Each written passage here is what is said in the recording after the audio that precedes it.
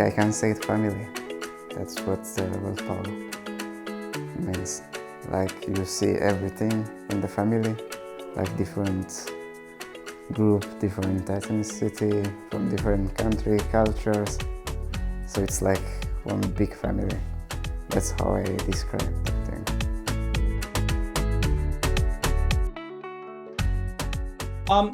Let me start from the beginning. So how we started this project and how we got here. So Volpower came out as a project once I started to get interested in social inclusion and to understand how social inclusion operates in microenvironments. And as a political scientist, that was for me a turning point, because that was the time when I lost all kind of hope in changing macro politics. And I thought, if you can change something in small localities within micro networks of people, then perhaps we can achieve some political change in order to build more inclusive societies. In order to achieve this, Volpower introduced volunteering as an instrument. So that's where Volpower came from.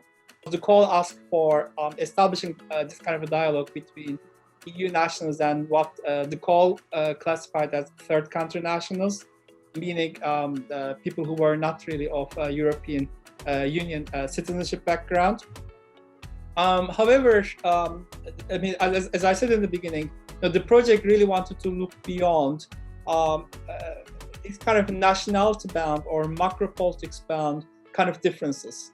So for us, if we were to follow social inclusion as a concept, especially in micro-localities, and if we were to follow volunteering as an instrument to break the boundaries between people of different national backgrounds, we thought that this is quite interesting, because hereby we can show that at the end of the day, nationality should not really matter, because our belief is in more micro-level engagements rather than macro-level frictions between people. So when if you were to approach this kind of research from, let's say, citizenship studies or nationalism kind of perspective, then you could be quite bogged into these macro level differences where citizenship could really make the difference between people.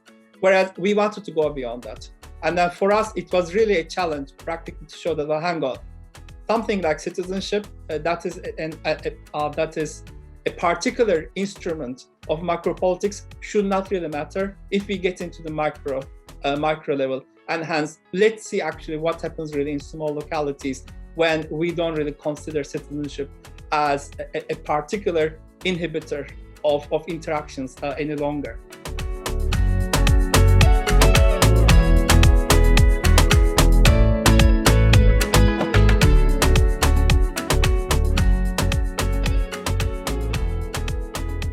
Volpower is looking at the impact of volunteering in 7 European countries, and especially looking at this impact of volunteering on young adults of migrant background. And I think that we in Glasgow have been able to form close bonds with our volunteers and really understand how the motivations and what keeps them volunteering. But I think that equally it's been interesting to see how in the other 6 countries the organisations have been able to do the same and form these really close connections with groups of young adult volunteers. And then in terms of our bigger project work, we've been able to kind of draw comparisons between the different groups. So I think that we've really used our broad range of expertise to investigate and really understand how volunteering is working in our local areas. My name is Abdul Mohammed, but I'm known as Leo, because that's what my mom has been calling me all my life. My story is, I'm someone that was born in Somalia with a big family, and then due to some circumstances in my country, had to move on, looking for better life. And then we kept moving for the first 10 years of my life. We were just moving from country to country, looking for better life. And then I finally came to Scotland. So yeah, I'm a young boy from Somalia that that got the opportunity to follow his dream. Yeah, the first organization that I volunteered with, basically a charity that helps young kids to stay off the streets. Because see, where we're from, like the poor areas, there's so many kids, you know, that are on the street, that have nothing to do. So this charity helps kids, you know, come off the street by giving them activities like football, dance clubs, and you know, obviously I love playing football. So to get a chance to teach other young kids how to play football, to be their coach, it was actually good. Before, when I had low self-esteem, you know, I didn't think that I belonged somewhere, that I could do something, that I could help others, you know. But see, when I started doing volunteering, you know, doing coaching, working with little kids, you know, calling me coach, you know, that made me feel that I could do something and help kids, you know, and that I belong somewhere, you know, rather than, you know, being different. So volunteering, you know, helped me with everything. Like, I met good people that will support me, people that want me to succeed. So I think that played a huge role in my self-esteem.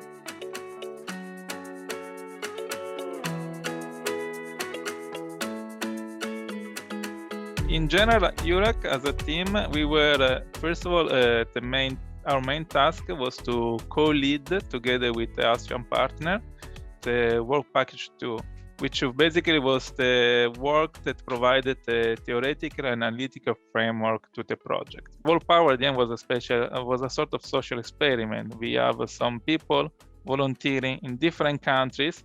We support this volunteering experience, we follow this volunteering experience, and we measure this volunteering experience, or whether we measure the effect this volunteering experience have on their lives. And we interview our volunteers before they start the volunteering experience and towards the end of the volunteering experience to really trace what changed in their life.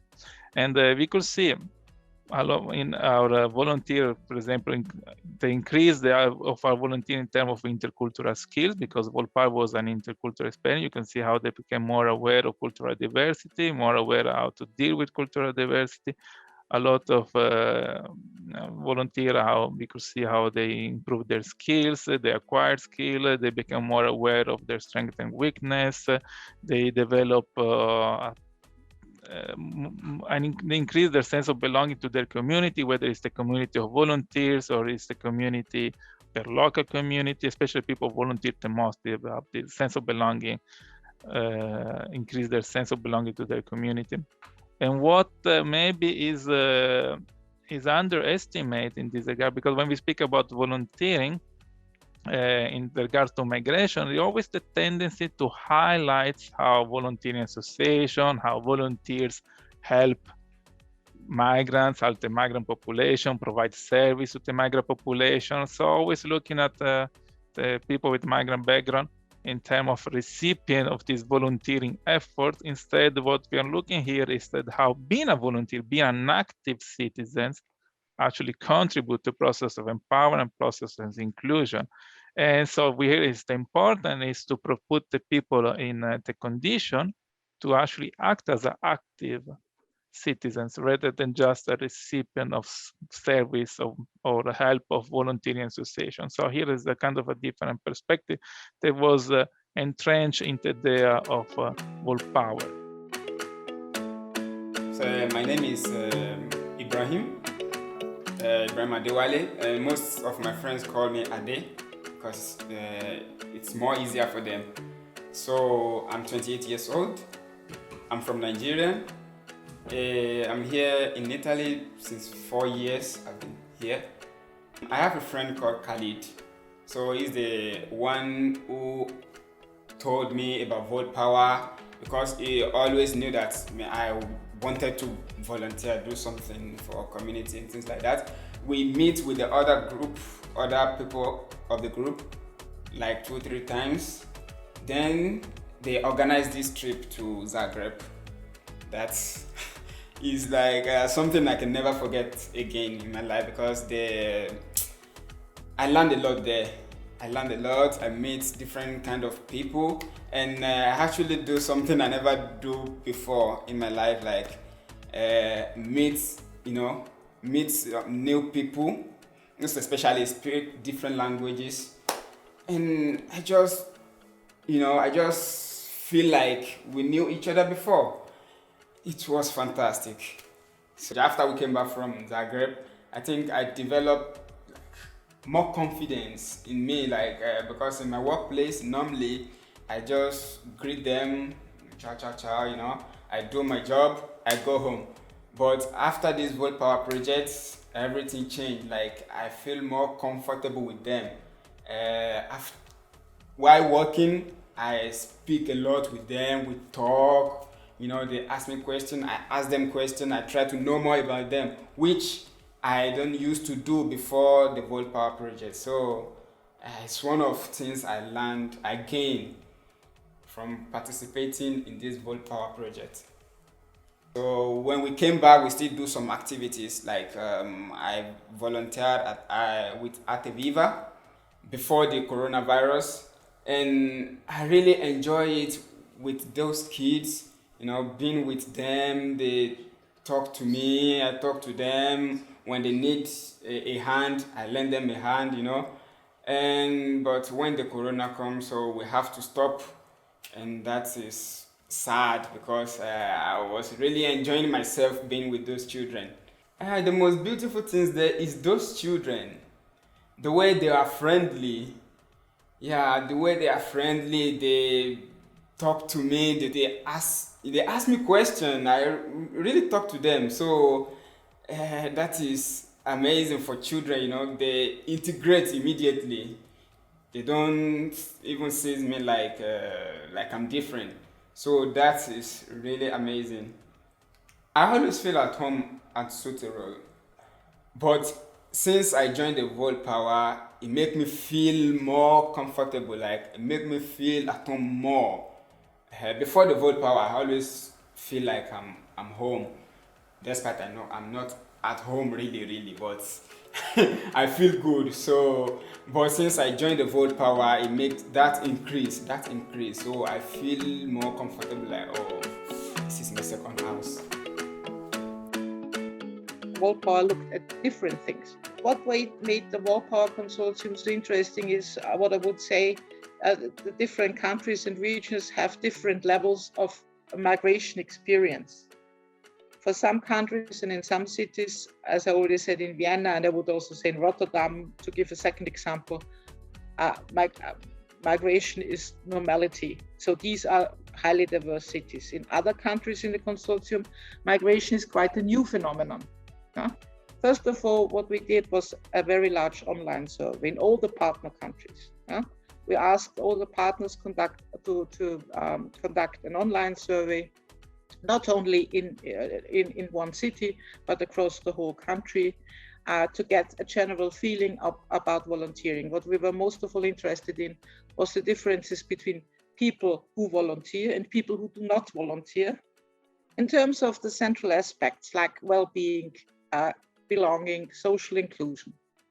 And in fact, it turned out that there were lots and lots of questions, and people with a volunteering experience turned out to be much more communicative and empathetic. They had more social contacts. They had a stronger sense of belonging than non-volunteers. Also, in this very large online survey, we saw that intercultural understanding, volunteering again has an enormous impact on intercultural understanding.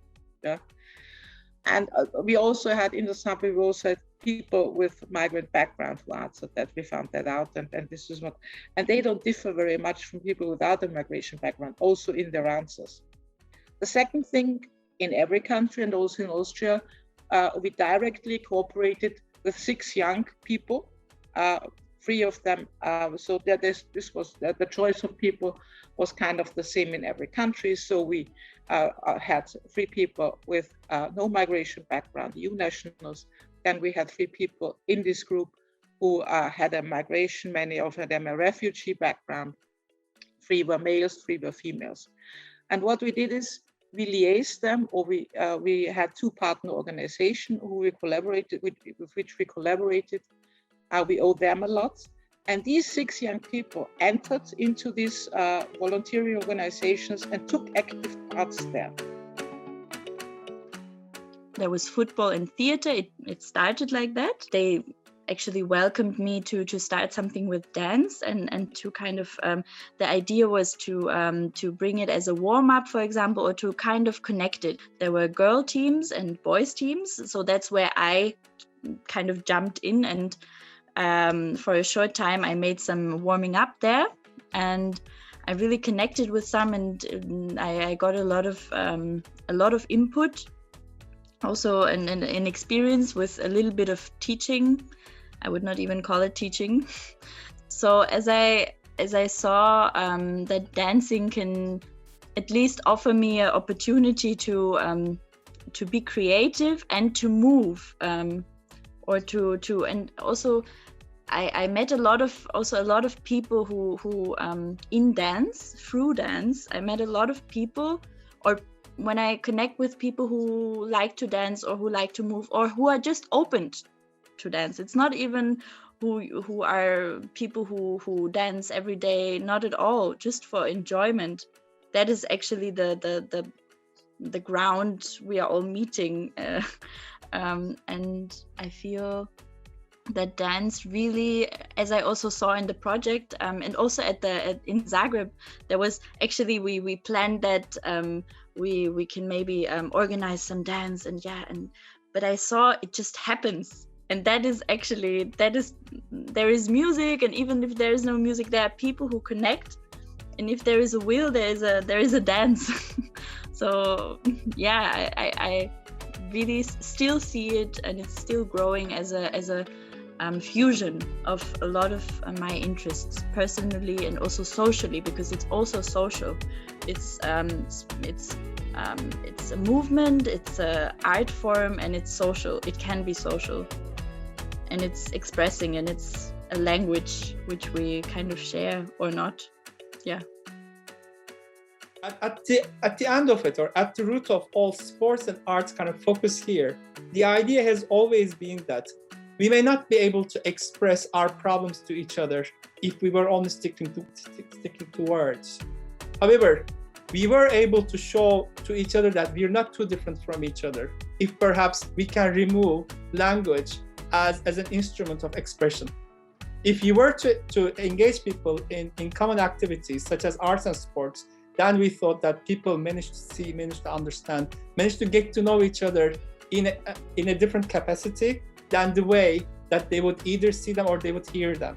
So that's the reason why we put our focus here on arts and sports as instruments or instrumentalization or of more inclusive societies.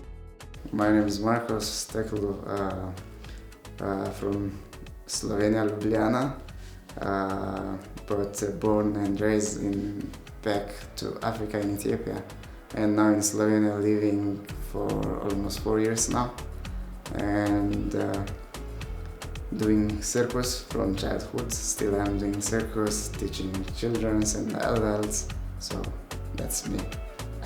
In short. Yeah, when I came to Slovenia for the first time, it was located in asylum, and I saw many children's families and adults was living there, and they don't have anything to do. There wasn't so much activities. So with one of my friends, David, we collaborate things to do on that area. So we start doing juggling, like little workshop, because we don't have a lot of material in the beginning. So to bring out people from their rooms to outside, then doing some activities. That was what we want. We was pretty good by what we tried in the beginning, yeah. And then Circle Croc came to Asylum Center doing performance. Then we joined the Circle Croc, then doing together the performances there. Yeah. The role of volunteering in my life, I can say it's you can it's make you happy. The first things to be volunteer, to to be a part of this social lives of other people's, and That's the main things, be happy in life. And the second things is I can say I feel more including when I'm volunteering with people. It doesn't matter you speak the same language or something. You just tell your story by what you are doing. So it's much easier to be a part of what we are doing, or to be a part of the society. Yeah, pretty much. It's gonna be much easier by doing what I'm doing on the field and express myself with circus.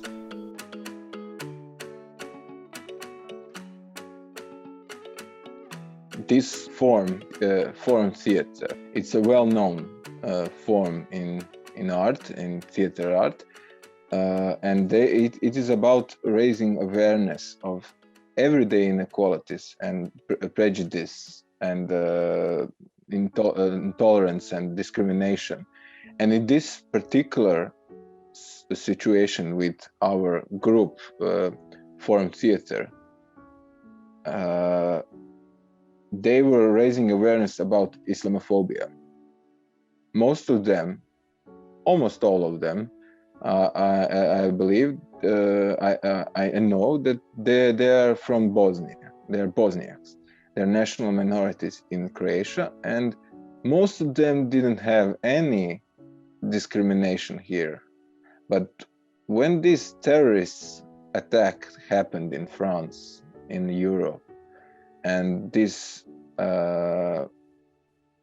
migration crisis, refugee crisis, some of their friends experienced discrimination, and they tried through this theater to display, to raise awareness of these problems which some of them and their friends and other circles are experiencing every day. And when they were performing those plays, some of them opened up, cried, had a leash of their emotions, and tell their stories, which was stories of trauma. Well, I was born here in Zagreb, in Croatia. My mom is also from Zagreb, and my dad is from Bosnia. And me personally, I've never had any bad experiences. I was never discriminated based on my religion or my ethnicity, but I know a lot of people and a lot of friends who did, and who had some pretty bad and pretty hard situations, and a lot of them went to my school. I went to the Islamic gymnasium as a high school in the mosque, and I think I'm pretty lucky that I've never survived something like that. So that was actually the reason I wanted to do this, and I wanted to talk about this and try and show people that there is more to a person than the thing she believes in or he believes in, and more than the country he or she comes from. Well, I think that theater is a great way to express one's feelings, one's attitudes, thoughts, and stuff like that. And through theater, I think a lot of our volunteers it was easier for them to show their emotion, and it was easier for them to put themselves in a context and to become some character that is not them. But still, through that character, they could express their emotions, and later, if they wanted to, they could talk about us. They could say, we had actually one class where we talked with them, and we asked our volunteers, did they have any different situations, did they have any conflicts based on their religion? And actually 3 of them shared their stories with us, and those were the stories we used for our forum scenes. So I think it was a great way for them to open up and to talk with us. I believe that everything is easier if you have people to share it with. So I think they were relieved and they were happy that someone wanted to listen and that there were people who understood them. We also had a couple of Americans who were here temporarily on a project on, I believe it was the Fulbright project. So the Fulbright project, they essentially, America sends out students across the world. There they do volunteering projects. The American government supports them financially, and their job, their mission objective is to leave an impact. And one of them, which is the volunteer that worked out with us the most, has done an incredible job where she took the opportunity of not just doing what she was set out to do, which was teach at schools.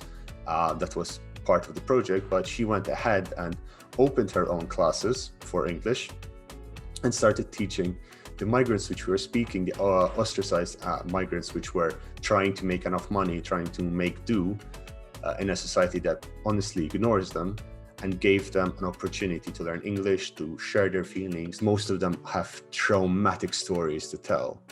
And this is what the volunteer did. She understood that these people want to talk. So she found a medium which was teaching them English, but she didn't really teach them English by saying the ABCs.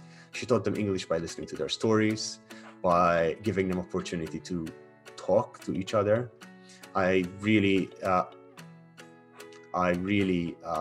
liked before COVID hit, we had a series of events planned, and the first one was we put them in a room with trainers, public speaking trainers, who gave them public speaking experiences, how to stand in front of a room and talk. That was the first step. Then after that, we had planned they were going to go in schools and talk about their story. Something they never taught. And I didn't hear it from them directly, but the volunteer reported to me and told me, this is what happened, right? And it was very emotional. And even she was emotional. She was telling me how some of them cried because they were able to talk. It's almost as if some of them had PTSD. And that, for me, is incredible. That is the essence of Volpower in Malta, in a sense. That little small event did so much for a few people, which is just incredible. When looking at migration-related diversities and migration, there is this very persistent overestimation of what can be done with government policies, what a state-centric approach can do. As if migration and migration-related diversity is really something that's always up to states and to governments. Whereas if you look at society, then a lot of work actually takes place beyond governments. It's NGOs, it's migrants themselves interacting in, for instance, the sphere of volunteering, like in creative arts, what we have been studying. And that is really the sphere where a lot happens, but it's not always equally acknowledged by governments, but also not equally acknowledged in research. So I think the Volpower project really fills a gap in that regard, by systematically studying the role of volunteering in how societies cope with migration-related diversities, or as policymakers call it, in migrant incorporation, migrant integration. Retrospectively, when we looked at people, and then when we started to hear their stories, and when we started to see how they became expressive, and I don't want to use the word confident, but because it's really, I think, overused in this kind of research, but how confident they became throughout or thanks to the Volpower project, we can see that it achieved its goals to a certain extent. Now, could we have done this thing better? Could we have done this thing differently? We could have done this thing differently. We could have done this thing better, one way or another. Had it not been for the pandemic, I mean, you can always do things better, obviously, but ultimately, when we looked at the Volpower exhibition, when we looked into the podcasts that the volunteers were recording themselves and then recording their feelings, etc., we had the feeling that these young people, they became, or maybe they were, but I mean, for me, they become a lot more expressive than they were, or they could have been considering their circumstances. So it was a revelation for us to see that these young people had a very, very big capacity to be able to express themselves, and we simply put them in certain contexts whereby they could express themselves. And hence, in those contexts, to an extent that they managed to express themselves, we saw that me and Maggie Laidlaw, the curator of the exhibition, we saw that they were able to go beyond self and other kind of dichotomy, or they were able to go beyond foreigner citizen dichotomy, and at the end of the day, EU national third country dichotomy that this project was asking for. So what I thought as successful was different than what they managed to show their success to be. And for me, it was a revelation at the end of 2 years that success can be measured or success can be experienced in other ways than the integration literature perhaps would have foreseen or would have prescribed to us. But ultimately, I learned a lot looking into how expressive they became in terms of talking about their everyday lives. And I would like to imagine that their expressiveness, or let's say the confidence that they gained in terms of making us expressive, is a measure of success for us.